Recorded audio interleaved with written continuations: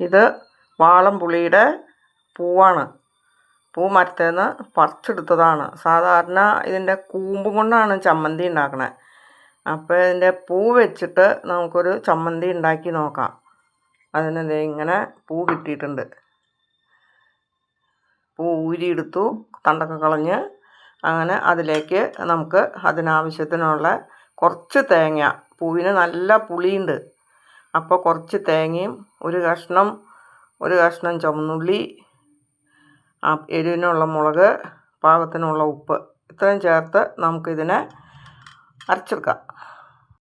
ഇങ്ങനെ അരച്ചെടുത്തു. അതിനെ അരച്ചെടുത്തിട്ട് നമുക്ക് അതിനകത്ത് ലേശം വെളിച്ചെണ്ണ ഒഴിക്കാം.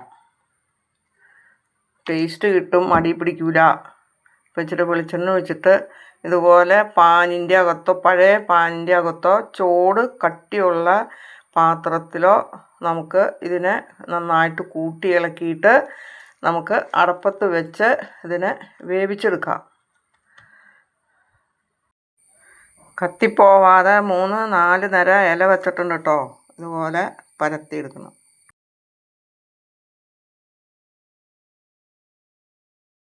ചമ്മന്തി ഇങ്ങനെ വേവിച്ചെടുത്തിട്ടുണ്ട്.